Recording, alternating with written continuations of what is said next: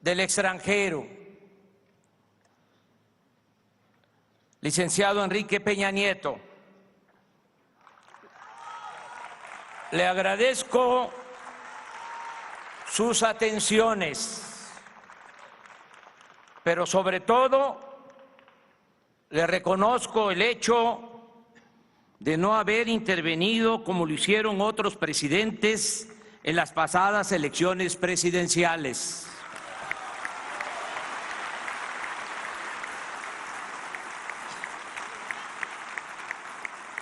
Hemos padecido ya ese atropello antidemocrático y valoramos el que el presidente en funciones respete la voluntad del pueblo. Por eso, muchas gracias, licenciado Peña Nieto.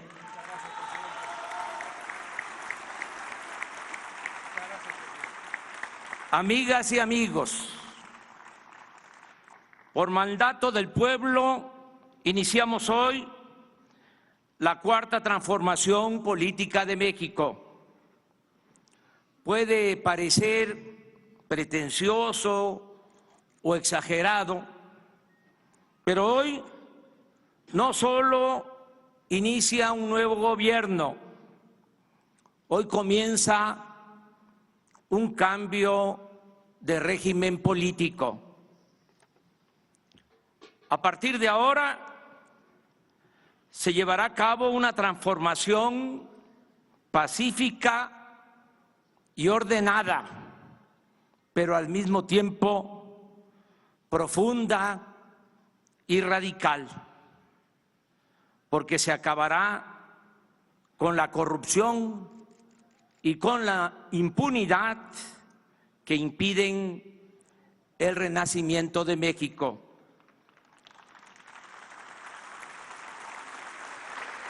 Si definimos en pocas palabras las tres grandes transformaciones de nuestra historia, podríamos resumir que en la independencia se luchó por abolir la esclavitud y alcanzar la soberanía nacional.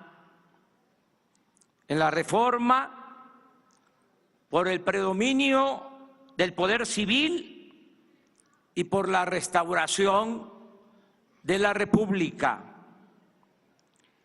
Y en la revolución, nuestro pueblo y sus extraordinarios dirigentes lucharon por la justicia y por la democracia. Ahora nosotros queremos convertir la honestidad y la fraternidad en forma de vida y de gobierno. No se trata de un asunto retórico o propagandístico. Estos postulados se sustentan en la convicción de que la crisis de México se originó no solo por el fracaso del modelo económico neoliberal aplicado en los últimos 36 años, sino también por el predominio en este periodo de la más inmunda corrupción pública y privada. En otras palabras, como lo hemos repetido durante muchos años, nada ha dañado más a México que la deshonestidad de los gobernantes y de la pequeña minoría que ha lucrado con el influyentismo.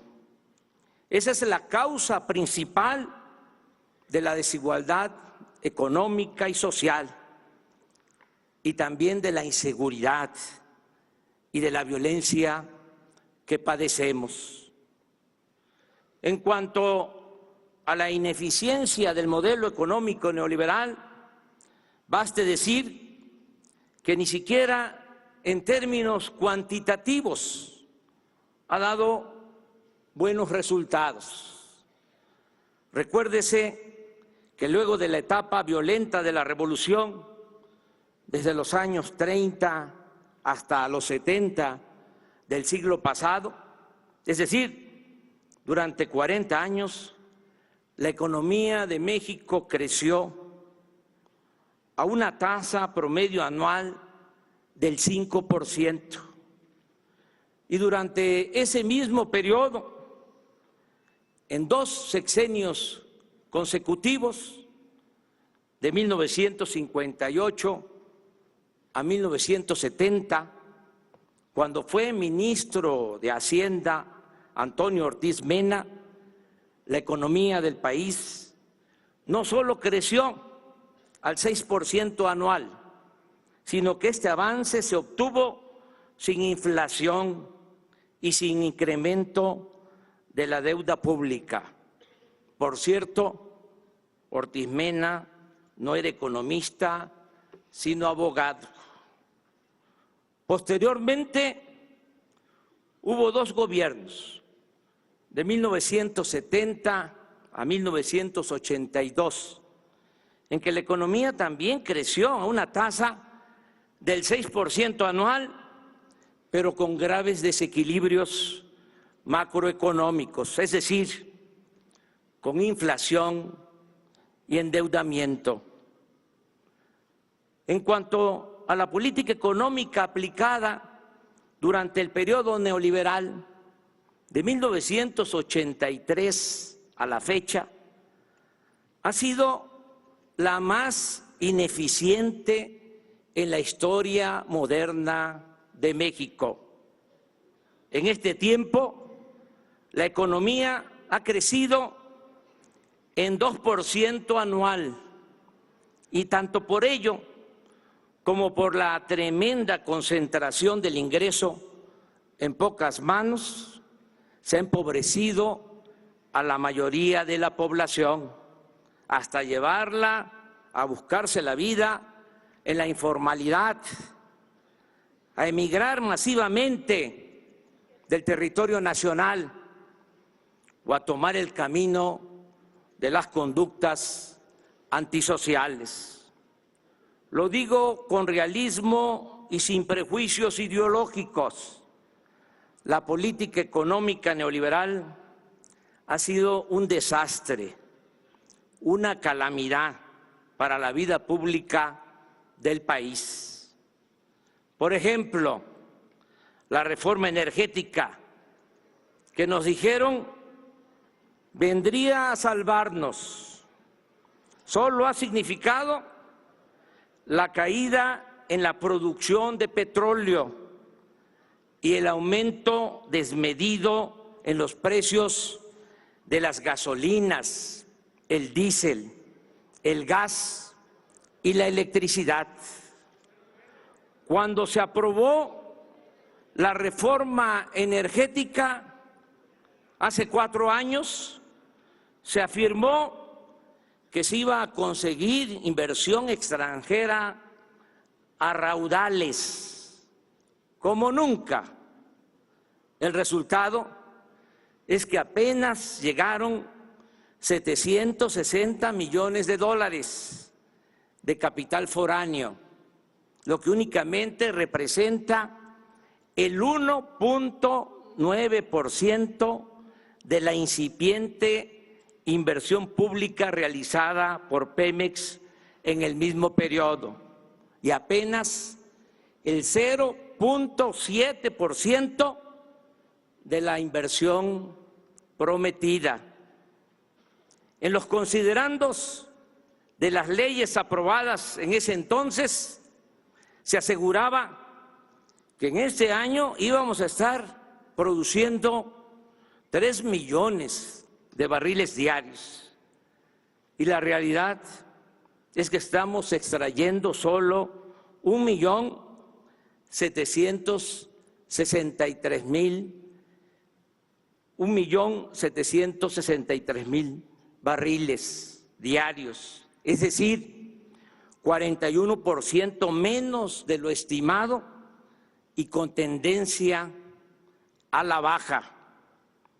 Es tan grave el daño causado al sector energético nacional durante el neoliberalismo que no solo somos el país petrolero que más gasolinas importa en el mundo, sino que ahora ya estamos comprando petróleo crudo para abastecer a las únicas 6 refinerías que apenas sobreviven. Téngase en cuenta que precisamente desde hace 40 años no se construye una nueva refinería en el país. Aquí agrego otros saldos de la política económica neoliberal o neoporfirista. De México es originario el maíz, esa planta bendita, y somos la nación que más importa maíz en el mundo. Antes del neoliberalismo producíamos y éramos autosuficientes en gasolinas, diésel, gas, energía eléctrica. Ahora compramos más de la mitad de lo que consumimos de estos insumos. En este periodo, el poder adquisitivo del salario mínimo se ha deteriorado en 60% y el salario de los mexicanos es de los más bajos del planeta. Tenemos el doble de enfermos de diabetes en comparación con países de América Latina. Durante el periodo neoliberal nos convertimos en el segundo país del mundo con mayor migración. Viven y trabajan en Estados Unidos 24 millones de mexicanos. Y por lo que hace a la violencia, estamos en los primeros lugares del mundo. Según la última medición de Transparencia Internacional, ocupamos el lugar 135 en comparación con 176 países evaluados. Ocupamos el lugar 135 en corrupción entre 176 países evaluados. Y pasamos a ese sitio luego de estar en el lugar 59 en el 2000, subir al 70 en el 2006, escalar al 106 en el 2012 y llegar en 2017 a la vergonzosa posición en que nos encontramos. Por eso insisto, el distintivo del neoliberalismo es la corrupción. Suena fuerte, pero privatización ha sido en México sinónimo de corrupción. Desgraciadamente, casi siempre ha existido este mal en nuestro país, pero lo sucedido durante el periodo neoliberal no tiene precedente. En estos tiempos, el sistema en su conjunto ha operado para la corrupción. El poder político y el poder económico se han alimentado y nutrido mutuamente y se ha implantado como modus operandi el robo de los bienes del pueblo y de las riquezas de la nación. En la época de la llamada o del llamado desarrollo estabilizador o compartido, que va de los años 30 a los 70 del siglo pasado, los gobernantes no se atrevieron a privatizar las tierras ejidales, los bosques, las playas, los ferrocarriles, las telecomunicaciones, las minas, la industria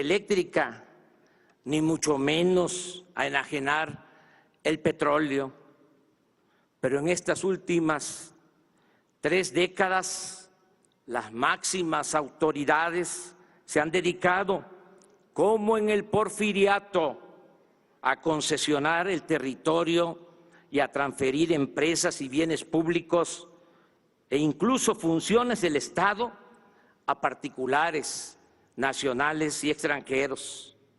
No se trata, como antes, de actos delictivos individuales o de una red de complicidades para hacer negocios al amparo del gobierno. En el periodo neoliberal, la corrupción se convirtió en la principal función del poder político. Por eso, si me piden que exprese en una frase el plan del nuevo gobierno, respondo: acabar con la corrupción y con la impunidad.